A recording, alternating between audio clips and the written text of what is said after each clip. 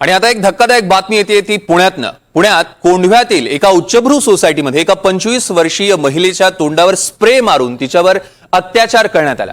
एका डिलिव्हरी बॉयनं आपण पार्सल पोहोचवायला येतोय असं सांगून तिच्या घरात घुसण्याचा प्रयत्न केला। घटनेनंतर आरोपीने तिच्याच मोबाईलमध्ये सेल्फी काढला आणि त्यावर मी पुन्हा येईन असं टाईप करून ठेवलंय। बुधवारी रात्री 7:30च्या सुमारास हा प्रकार घडलाय। आरोपीनं कुरिअर बॉय असल्याचं सांगत या सोसायटीत प्रवेश केला। महिलेने सांगितलं की हे कुरिअर माझं नाहीये, तरी देखील सही करावी लागेल असं आरोपीने सांगितलं आणि तिने सेफ्टी डोर उघडला। आरोपीने तोंडावर स्प्रे मारला। दरम्यान या आरोपीला आता ताब्यात घेण्यात आलंय।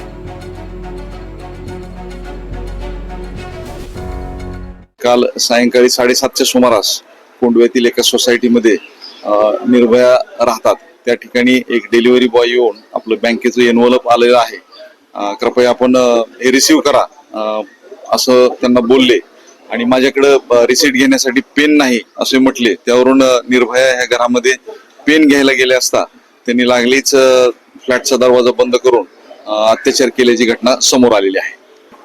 याबाबत आम्ही घटनास्थळाचा सविस्तर पंचनामा केलेला आहे। घटनास्थळावरती आयकार फोरेन्सिक एक्सपर्ट्स बोलवण्यात आलेले होते।